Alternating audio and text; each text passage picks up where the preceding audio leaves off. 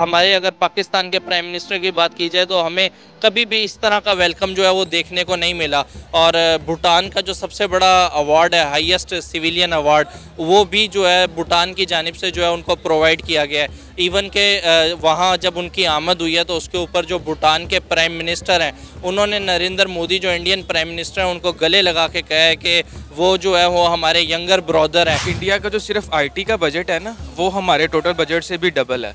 अब आप इस चीज़ को देखें कि वो उनके जो कन्फ्लिक्ट्स हैं ना, दूसरे जितने भी नेशन हैं, जितनी भी कंट्रीज़ हैं, वो इस चीज़ को पर्सनल नहीं करते, वो एक प्रोफेशनल लेके हर चीज़ को चलते हैं।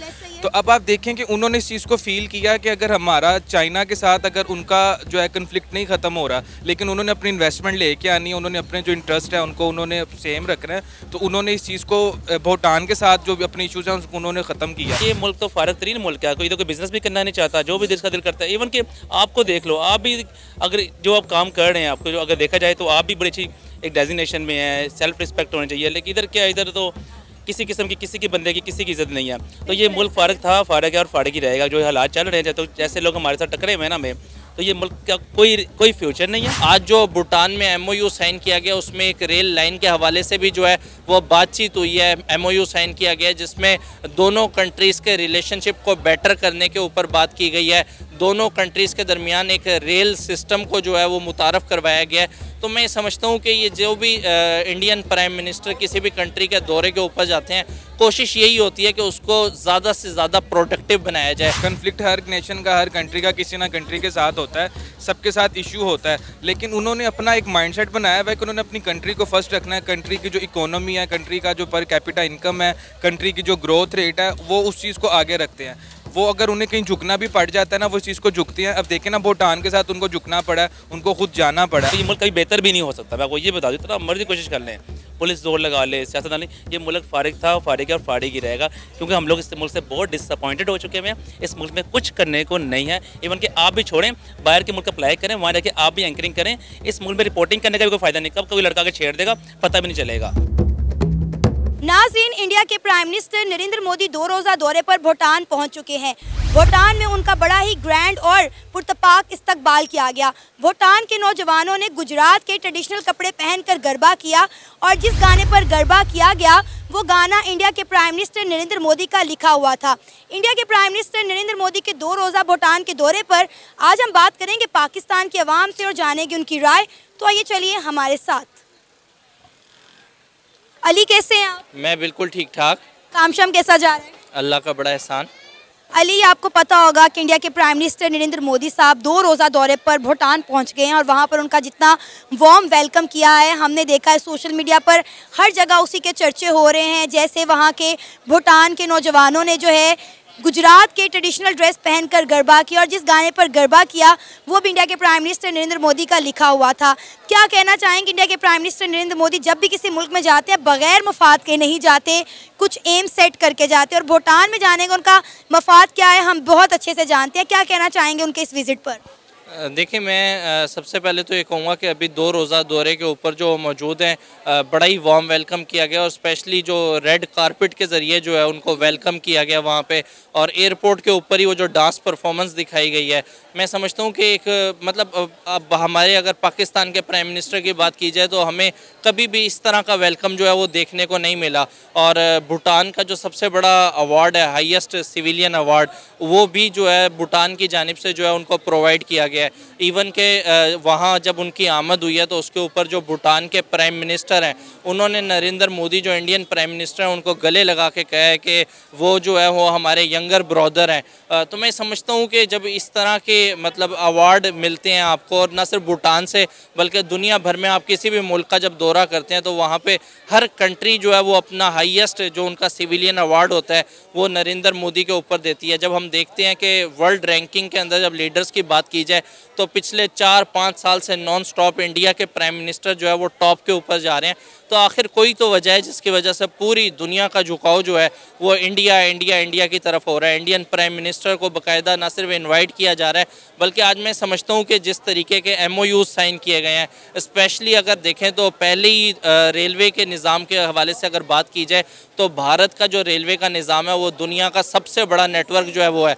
और इंटरेस्टिंगली ऑस्ट्रेलिया की जितनी टोटल आबादी है उससे ज़ायद जो है डेली पैसेंजर जो है वो भारत के अंदर सफ़र करते हैं। आज जो भूटान में MOU साइन किया गया उसमें एक रेल लाइन के हवाले से भी जो है वो बातचीत हुई है, MOU साइन किया गया है जिसमें दोनों कंट्रीज़ के रिलेशनशिप को बेटर करने के ऊपर बात की गई है। दोनों कंट्रीज़ के दरमियान एक रेल सिस्टम को जो है वो मुतारफ़ करवाया गया है। तो मैं समझता हूँ कि ये जो भी इंडियन प्राइम मिनिस्टर किसी भी कंट्री के दौरे के ऊपर जाते हैं, कोशिश यही होती है कि उसको ज़्यादा से ज़्यादा प्रोडक्टिव बनाया जाए। और उसकी एक बड़ी निशानी हमें ये जो MOUs होते हैं इनकी सूरत में नज़र आती है, प्रोजेक्ट्स की सूरत के अंदर नज़र आती है। अभी हालिया आपने देखा होगा कि भारत के अंदर जो है वो अंडर वाटर मेट्रो ट्रेन जो है वो लॉन्च की गई है। अगर इसरो की हम स्पेस प्रोग्राम के हवाले से बात करें, आज जो है वो रीयूजेबल रॉकेट जो है वो बाकायदा वहाँ पर लॉन्च कर दिया गया है। अगर देखें तो अमेरिका के बाद भारत दूसरा कंट्री बन गया जिसके पास अभी टेक्नोलॉजी है। तो मैं समझता हूँ कि जब आप अचीवमेंट पे अचीवमेंट करेंगे तो ऑटोमेटिकली पूरी दुनिया का जो झुकाव है वो आपकी तरफ होगा।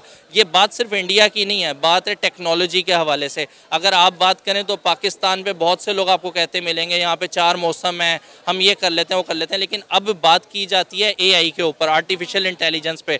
अब बात की जाती है टेक्नोलॉजी के हवाले से कि कौन सी कंट्री टेक के ऊपर सबसे ज़्यादा काम कर रही है, टेक्नोलॉजी के हवाले से कौन सी आगे है। UK की मैं अगर बात करूं, मेडिकल इमरजेंसी हो गई, वहाँ पे 2000 उन्हें डॉक्टर्स चाहिए थे।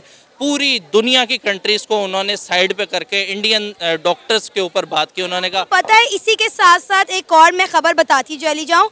यूक्रेन और रशिया दोनों ममालिक ने एक साथ इंडिया के प्राइम मिनिस्टर नरेंद्र मोदी को ओपन इन्विटेशन भी दिया है कि आप भाई आएँ और आके हमारे मुल्क का विजिट करें।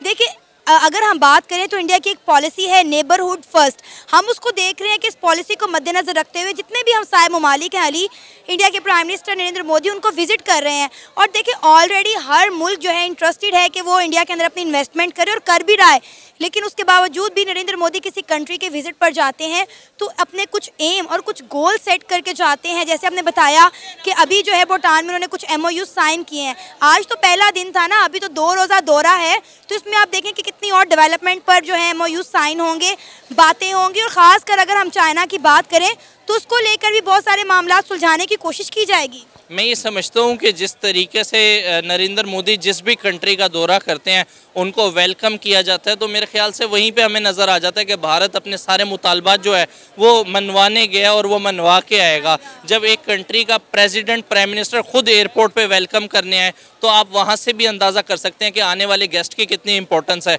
यहाँ पे अगर हमारे पाकिस्तानी प्राइम मिनिस्टर या प्रेसिडेंट जाते हैं तो कोई भी वज़ीर मुशीर जो है उनका वेलकम करने आ जाता है, लेकिन मैंने कभी आज तक इंडियन प्राइम मिनिस्टर की तरफ से नहीं देखा कि वो किसी कंट्री के दौरे पे गए हो तो कोई लेफ्टिनेंट, कोई वज़ीर, कोई मुशीर जो है उनके इस्तकबाल में आ रहा हो, बल्कि खुद उस कंट्री का जो सबसे बड़ा प्रेसिडेंट होता है, प्राइम मिनिस्टर होता है, वो खुद एयरपोर्ट पे उनको वेलकम करने। हमने UAE में देखा अली, हमने UAE में देखा कि रात के किस तरह 2 बजे जो है UAE के प्रिंस खुद आए इंडिया के प्राइम मिनिस्टर नरेंद्र मोदी को वेलकम करने। उनके हाथ में उन्होंने फ्रेंडशिप बैंड बनाया, उनको जफ्फियाँ डाली, पपियाँ की और बड़ा ग्रैंड वेलकम किया। और ये इस्लामी ममालिक हैं। अब देखिए, जिस तरह उन्होंने UAE के अंदर एक बहुत बड़े हिंदू मंदिर का इफ्तिताह किया है, हम लोग ये चीज़ कभी तसव्वुर भी नहीं कर सकते थे।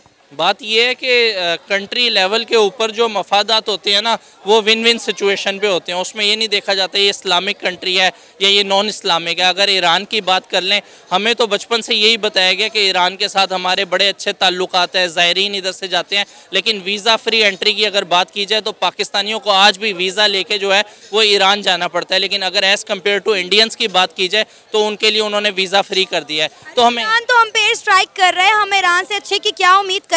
आप अफगानिस्तान को देख लें, आप बलूचिस्तान पर देख लें, BLE ने जो पाकिस्तान के ऊपर अटैक किए हैं, TTP ने जो किए हैं, ईरान ने किए, आप सबके सामने भाई हम तो कहते थे कि हमने इंडिया के साथ जंग लड़नी है, हमने यहूदियों को शिकस्त देनी है, इस्लामी ममालिक के साथ हम लड़ते फिर रहे हैं। इनफैक्ट इस टाइम हमारा जो इमेज इस टाइम पूरी दुनिया के अंदर बना हुआ है, हम एक जोकर की मानंद बने हुए हैं। पूरी दुनिया के सामने मतलब अफसोस होता है कि अगर किसी कॉन्फ्रेंस में पाकिस्तानी प्राइम मिनिस्टर भी जाए तो वो फ़ोटो में आपको वो लास्ट रो में सबसे एंड पे नज़र आ रहा होता है कि आपको ढूंढना पड़ता है कि पाकिस्तान को रिप्रेजेंट करने वाला प्राइम मिनिस्टर जो है वो फ़ोटो में कहाँ पे है। और बड़ा देख के हैरत भी होती है कि जिस इंडिया को पहले नज़रअंदाज किया जाता था, अब वो उधर के प्राइम मिनिस्टर जो है वो ग्रुप फोटो में दरमियान में खड़े होकर लीड कर रहे होते हैं पूरी दुनिया के लीडर्स को। तो ये एक मतलब क्लियर इमेज है जो कि हम सबको नज़र आ रहा है। उसको आप अब जितना मर्जी छुपा लें, लेकिन साफ नज़र आ रहा है कि भारत जो है वो दुनिया की एक नक्शे के ऊपर जो है आने वाले टाइम के अंदर तीसरी बड़ी इकॉनमी बन के उभरने वाला है।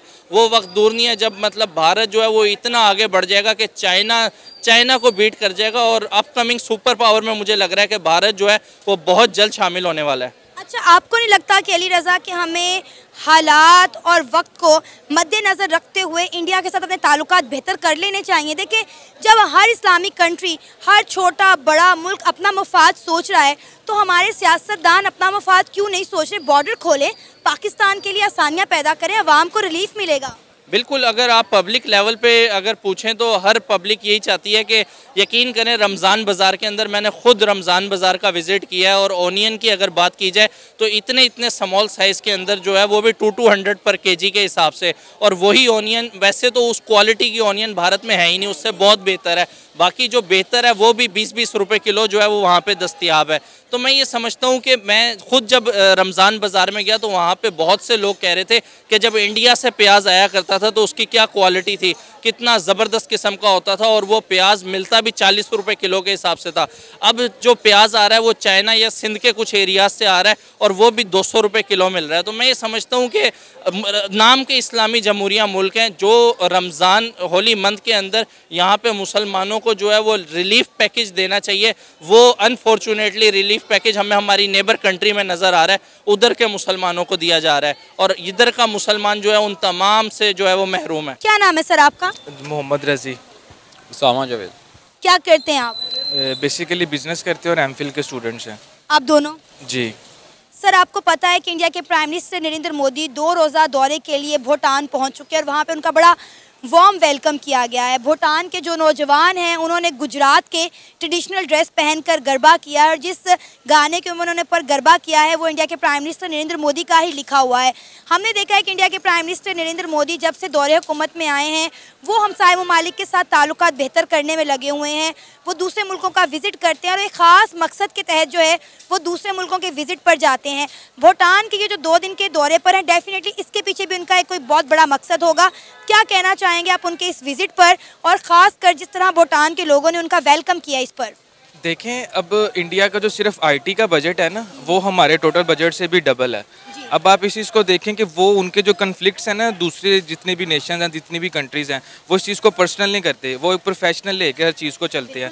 तो अब आप देखें कि उन्होंने इस चीज़ को फील किया कि अगर हमारा चाइना के साथ अगर उनका जो है कन्फ्लिक्ट नहीं ख़त्म हो रहा, लेकिन उन्होंने अपनी इन्वेस्टमेंट लेके आनी है, उन्होंने अपने जो इंटरेस्ट है उनको उन्होंने सेम रखना है, तो उन्होंने इस चीज़ को भूटान के साथ जो भी अपने इशूज़ हैं उसको उन्होंने ख़त्म किया। भूटान ने भी इस चीज़ को वेलकम किया है कि अगर उनकी नेशन में भी जो है ना वो इन्वेस्टमेंट आएगी। तो पाकिस्तान को भी इस तरह सोचना चाहिए कि लड़ाई होनी चाहिए, सारे मामलात होने चाहिए, लेकिन जहाँ पर इन्वेस्टमेंट की बात है, मुल्क को अच्छा करने की बात है ना, तो वहाँ पर इन चीज़ों को बैक पर करना चाहिए और मुल्क के लिए अच्छा सोचना चाहिए। बिल्कुल सर, आपने 100% ठीक बात की है। भूटान का एक रास्ता इंडिया जो है इस्तेमाल करता है ट्रेड करने के लिए, क्योंकि डेफिनेटली चाइना के साथ इंडिया के जो मामला चल रहे हैं वो पूरी दुनिया उससे वाकिफ़ है, लेकिन उसके बावजूद भी जो है इंडिया ने चाइना के साथ ना तो अपनी ट्रेड बंद की है और ना ही टोटली तौर पर जो है ताल्लुकात ख़त्म किए हैं।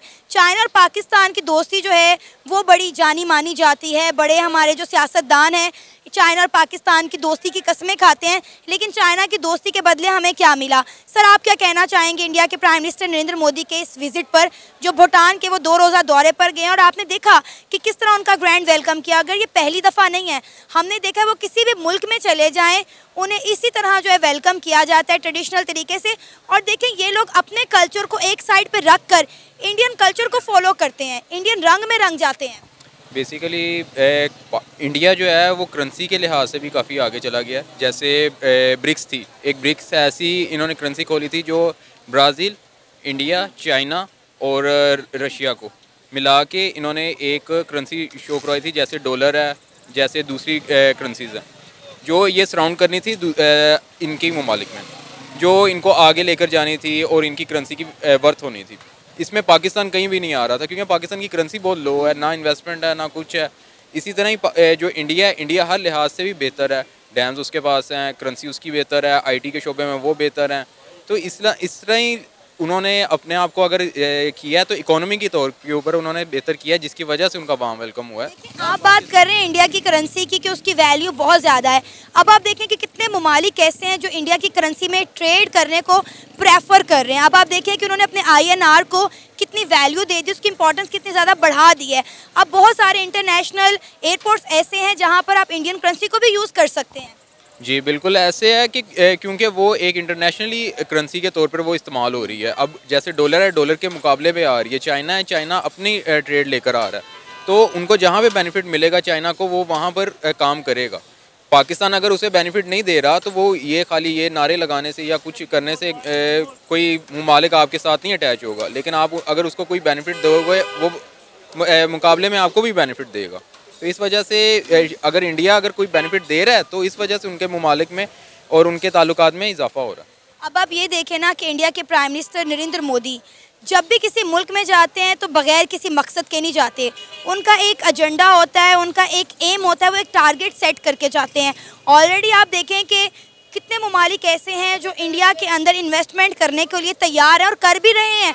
उसके बाद भी इंडिया के प्राइम मिनिस्टर नरेंद्र मोदी किसी भी मुल्क के विजिट पर जाते हैं तो अपने मुल्क के लिए मज़ीद डील्स करके आते हैं और मज़ीद ज़्यादा जो है इन्वेस्टमेंट्स लेकर आते हैं। इन्वेस्टमेंट लाने के लिए भी एक स्ट्रेटजी होती है, एक मुल्क को चलाने के लिए भी स्ट्रेटजी आपको लेकर चलनी पड़ती है। इस्टेब्लिशमेंट जैसे हमारे यहाँ पर काफ़ी स्ट्रॉन्ग है, मुल्क को चलाने के लिए काफ़ी स्ट्रॉन्ग है, लेकिन वो आगे पॉलिटिकली जो चीज़ें हैं उनको आगे नहीं लाने चाहती।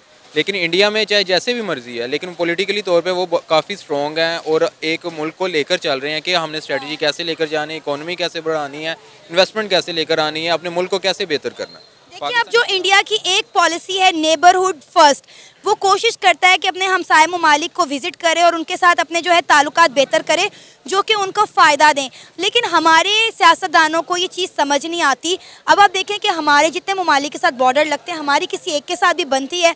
हमारे मुल्क के ऊपर जो है अटैक पर अटैक हो रहे हैं, एयर स्ट्राइक हो रही है, कभी ईरान कर रहा है, कभी जो है अफ़गानिस्तान की तरफ से हो रही हैं, कभी बलूचिस्तान की तरफ से हो रही हैं।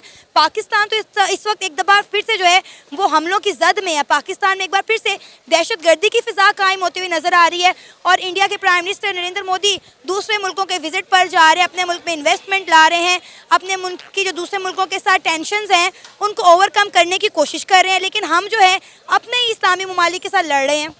देखिए बेसिकली ना इससे उनका माइंडसेट पता चलता है। कन्फ्लिक्ट हर नेशन का, हर कंट्री का किसी ना कंट्री के साथ होता है, सबके साथ इशू होता है, लेकिन उन्होंने अपना एक माइंडसेट बनाया हुआ है कि उन्होंने अपनी कंट्री को फर्स्ट रखना है। कंट्री की जो इकोनॉमी है, कंट्री का जो पर कैपिटा इनकम है, कंट्री की जो ग्रोथ रेट है, वो उस चीज़ को आगे रखते हैं। वो अगर उन्हें कहीं झुकना भी पड़ जाता है ना, वो इस चीज़ को झुकती हैं। अब देखें ना भूटान के साथ उनको झुकना पड़ा है, उनको खुद जाना पड़ा। अब देखें ना उनका वहाँ पर वेलकम क्यों होता है हर जगह, क्योंकि वहाँ वो खुद जाते हैं, वो झुक कर जाते हैं। वो इधर चले जाएं, वो नेपाल चले जाएं, वो श्रीलंका चले जाएं, वो जहाँ भी चले जाएं वो खुद जाते हैं। जब अपना इंटरेस्ट वो खुद शो करते हैं और अगला प्रेसिडेंट देखता है कि हम देखें ना, अब आप भूटान या जहाँ पर भी वो जाते हैं, वो पाकिस्तान से तो छोटी नेशन है, छोटी कंट्रीज है, उनका पर कैपिटा इनकम, उनका ग्रोथ रेट सब कुछ कम है, लेकिन वो इस चीज़ को अच्छा फील करते हैं कि यार एक बड़ी कंट्री का हमारे पास मेंबर आया। तो पाकिस्तान को भी यही चाहिए कि वो उनके साथ जो अच्छी कंट्रीज़ हैं जो इनको बेनिफिट दे रही हैं, जो इनके साथ मामलात अच्छे कर रहे हैं, तो उनके साथ मिलकर काम करें और अपने ईगो को जो है ना वो थोड़ी देर के लिए किल कर दे ताकि इनका ग्रोथ रेट ज़्यादा से ज़्यादा। अगर इंडिया के प्राइम मिनिस्टर नरेंद्र मोदी दूसरों मुल्कों के विजिट पर जाते हैं तो उन्हें पता है कि यार हमने हमसायों के साथ बना कर रखनी है। इसीलिए आज आप देखें कि पूरी दुनिया में इंडिया के प्राइम मिनिस्टर नरेंद्र मोदी को क्यों कहा जाता है कि वो दुनिया के पसंदीदा तरीन लीडर हैं। बिल्कुल देखें ना, इसीलिए कहा जाता है कि वो हर बंदे से मिलकर रहते हैं। अब आप देखें कि वो जो भी मामलात कर रहे हैं वो एक सेपरेट बात है, लेकिन वो हर बंदे के साथ मिलकर रह रहे हैं, वो हर बंदे के साथ काम कर रहे हैं, वो हर कंट्री के साथ जा रहे हैं, अपनी कंट्री का जो ग्रोथ रेट है, इनकम है, सब चीज़ों को बढ़ाने के लिए वो मेहनत कर रहे हैं। तो इसीलिए वो पॉपुलर है। उनके इलेक्शंस आने वाले हैं और ये उनके लिए एक बड़ा एफर्ट होगी, अच्छा साइन कंसीडर होगा उनके लिए। सर क्या नाम है आपका? उमर खान। उमर खान, क्या करते हैं आप? मैं ये बिज़नेस ही करता हूँ। सही। सर आपको पता है इंडिया के प्राइम मिनिस्टर नरेंद्र मोदी 2 रोज़ा दौरे पर भूटान में मौजूद हैं और वहां पर उनका बड़ा ग्रैंड वेलकम किया गया है। क्या कहना चाहेंगे? इंडिया के प्राइम मिनिस्टर नरेंद्र मोदी जब भी किसी कंट्री के दौरे पर जाते हैं कुछ गोल और एम सेट करके जाते हैं। अभी हम देख रहे हैं कि सिर्फ भूटान की बात नहीं है, वो जिस कंट्री में जाते हैं वहाँ पे उनका बड़ा ग्रैंड वेलकम किया जाता है। लेकिन अगर हम अपनी पाकिस्तान की बात करें तो पहली बात है कि हमें कोई इनवाइट ही नहीं करता, और हम जाएं भी तो हमारा इस तरह से इस्तकबाल ही नहीं होता। क्या कहना चाहेंगे आप इस पर? मैम, किसी भी कंट्री का प्राइम मिनिस्टर कहीं भी जाएगा उसका ग्रैंड वेलकम ही होता है, क्योंकि उसके मुल्क की मुताबिक उसकी इज़्ज़त होती है ना। तो हम लोग जहाँ भी जाएँ हमारी भी इज़्ज़त होगी, बस हमारे प्राइम मिनिस्टर पर डिपेंड करता है। तो इसमें कोई बड़ी बात नहीं है कि किसी का वेलकम हो रहा है किसका नहीं हो रहा। कहीं भी किसी भी मुल्क का कहीं भी जाएगा उसकी इज़्ज़त रिस्पेक्ट करेंगे। तो हमारे मुल्क में बस ये है कि हमारे मुल्क में किसी ज़रदारी को भेजें कहीं तो उसका भी बहुत अच्छा वेलकम होगा। और किस तरह से वेलकम होगा आप जानते हैं, ये भी आप बेहतर जानते हैं कि हमारा वेलकम किस तरह से होता है। किस तरह से? वो तो फिर हमारे भी रेड कार्पेट बिछाएंगे हमारे लिए भी, और फूलों के हारों की जगह आप हमारे कांटे बिछा देंगे हमारे लिए। और तो ऐसी कोई बात नहीं थी, वेलकम तो एक नॉर्मल बात है। बस ये कि हमारे मुल्क को भी चाहिए कि थोड़ी सी मेहनत करें, ये भी तरह हमारे जो प्राइम मिनिस्टर हैं ये भी ज़रा सियासत बाहर निकलें और दूसरे के मुल्क की तरफ फोकस करें, तो हमारा भी यही बात है ना। इंडिया के प्राइम मिनिस्टर नरेंद्र मोदी को आप देखें, वो एक अपनी पॉलिसी के मद्देनज़र चल रहे हैं, नेबरहुड फर्स्ट। उनके जितने भी नेबर ममालिक हैं, इंडिया के प्राइम मिनिस्टर नरेंद्र मोदी की कोशिश होती है कि उन ममालिक का विजिट करें और उनके साथ ताल्लुकात बेहतर करने की कोशिश करें। लेकिन पाकिस्तान पर यह सवाल उठाया जाता है कि पाकिस्तान एक अच्छा हमसाया नहीं है, क्योंकि हमारे हमसायों के साथ किसी के साथ नहीं बनती। आप ईरान के साथ देख लें, आप अफगानिस्तान के साथ देख लें, आप इंडिया के साथ देख लें। तल्लुकात तो हम भी बनाने की वो अच्छी कोशिश करते हैं, हम भी जाके उनसे उधार लेते हैं, एडवांस मांगते हैं, बड़ा कुछ करते हैं। तो तल्लुक हम भी बनाने की कोशिश कर रहे हैं, बस रास्ता लहदा हम लोग उनसे उधार लेते हैं, वो उनसे जाके कारोबार करते हैं, बिजनेस करते हैं उनके साथ। तो सर, उधार मांगने वालों की तो इज्जत नहीं ना होती। आप किसी दुकान पर बार बार उधार लेने जाएंगे ना तो चौथी दफा दुकानदार भी आपको उधार नहीं देगा। मेरी बात वही आ गई ना कि ये डिफरेंस है, इज्जत में हमारी रिस्पेक्ट क्यों नहीं होती, उनकी रिस्पेक्ट क्यों होती है, यही फर्क है हम लोगों में। मतलब है इंडिया ने जो रिस्पेक्ट कमाई है वो डिजर्व करता है, क्योंकि देखें इज्जत कमाई जाती है, बनाई जाती है, और इंडिया ने वो बनाई है। उन्होंने तो दुबई में मंदिर बना दिया, इससे बड़ी बात कौन सी है। आप अगर अपडेट करें, अब ये देखिए फ़लस्तीन के साथ क्या हो रहा है, मुस्लिम मुल्क है ना, उधर क्या हो रहा है, उधर कोई सपोर्ट करने वाला है उनको, कोई मुस्लिम किया कंट्री ने सपोर्ट किया। यार पाकिस्तान एक मुल्क था, वैसा है और वैसा ही रहेगा। पाकिस्तान का फ्यूचर आप क्या देख रहे हैं? क्योंकि मुझे लगता है कि पाकिस्तान आइसोलेट हो गया, हमारी चाइना के साथ सिर्फ बनती है, वो भी क्यों बनती है आपको पता है, सी पैक की वजह से, और सी पैक पे भी आजकल हमलों पे हमले हो रहे हैं। यार ये भी एक बहाना ही है कि सी पैक की वजह चाइना के साथ बनती है। ठीक है, चाइना की सिर्फ नज़र पाकिस्तान पे ही है, जैसे इंडिया की नज़र पाकिस्तान में है, हमारी चीज़ों पे है। ऐसा कोई चक्कर नहीं कि सी पैक की वजह से हो रहा है। बड़े मामला था, सिर्फ पाकिस्तान में खूबसूरती है, एक अच्छी कुदरती चीज़ें काफ़ी हैं जिसकी वजह से हमें थोड़ी सी रिस्पेक्ट मिल जाती है, नम नज़रों में है। वरना ये मुल्क तो फारग तरीन मुल्क है, कोई तो कोई बिज़नेस भी करना नहीं चाहता, जो भी दिल करता है। इवन कि आपको देख लो, आप भी अगर जो आप काम कर रहे हैं, आपको जो अगर देखा जाए तो आप भी बड़ी अच्छी एक डेजिग्नेशन में है, सेल्फ रिस्पेक्ट होनी चाहिए। लेकिन इधर क्या, इधर तो किसी किस्म की किसी की बंदे की किसी की इज्जत नहीं है। तो ये मुल्क फारग था, फारग है और फारग ही रहेगा। जो हालात चल रहे हैं, तो जैसे लोग हमारे साथ टकरे हुए हैं ना में, तो ये मुल्क का कोई फ्यूचर नहीं है।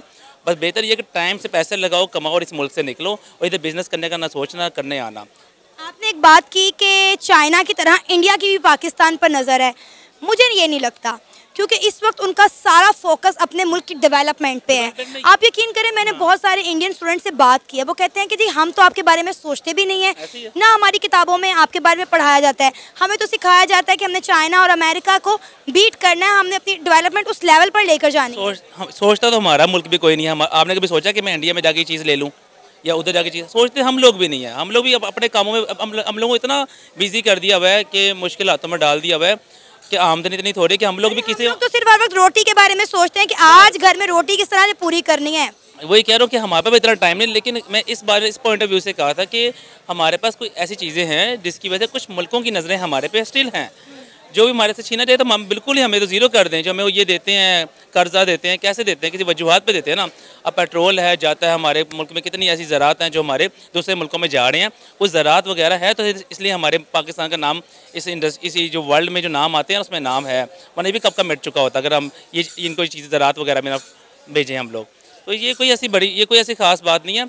बस हमारे मुल्क में कुछ जो अवाम की जो है वो तो बिल्कुल ज़ीरो समझते हैं इसको, और सियासतदानों ने भाई तबाही फेरी हुई है। तो ये मुल्क का कुछ नहीं बनने वाला। कैसे कितने लोग हैं जो देखें, कितने ब्रांड्स हमारे मुल्क से उठ के चले गए हुए हैं, और अभी तक एप्पल तो इस मुल्क में बढ़ा ही नहीं है।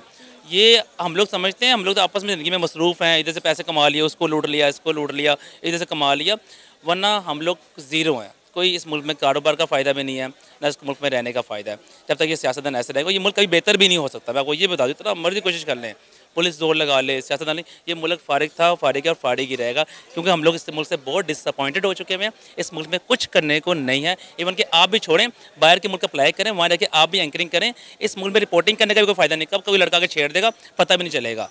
तो बेहतर यही है, तो अभी इंटरव्यू भी बंद करें और इस काम को लेके जाएं बाहर के मुल्क में, वहाँ जाके करें मज़े वाले। ये मुल्क फारिग है।